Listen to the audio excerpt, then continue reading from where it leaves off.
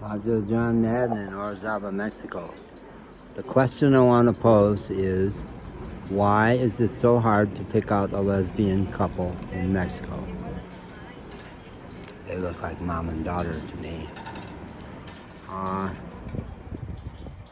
Most of the places I've been have been kind of not big cities where gay couples are not open so much. Certainly there's plenty of them, but they're not as open. In Veracruz, where I just spent 2 months, and here in Orizaba, you see gay guys very clearly walking hand in hand and arm in arm. Now, why is it so hard to pick out a lesbian couple? Because everybody touches each other all the time in Mexico. It's hands-on culture.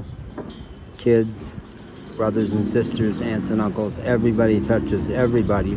Lovers are everywhere. How do you tell lesbians from girlfriends who just love each other? Because girlfriends hug.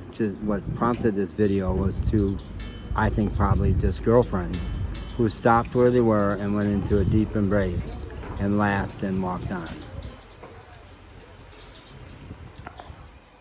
Can't tell.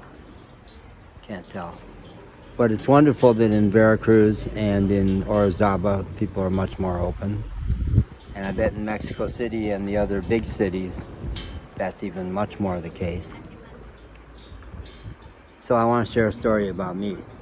This goes back 40 years. I was in my 30s in Syracuse, New York. Recently divorced.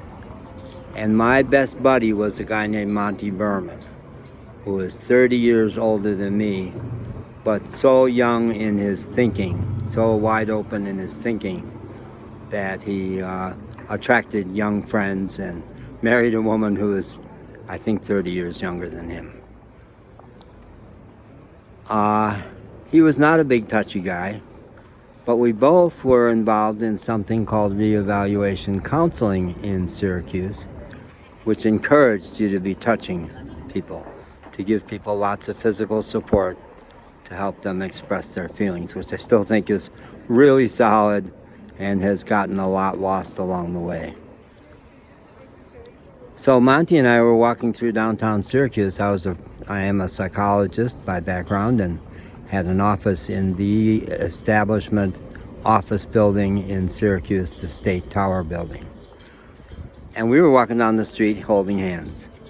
And it was fun. We both were enjoying it a lot because we really, really loved each other and did for 35 years till his unfortunate passing about 8 years ago.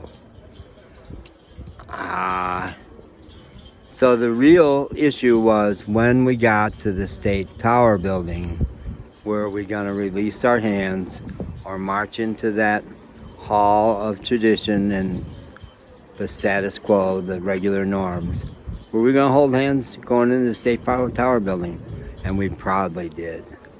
And we were so pleased with each other.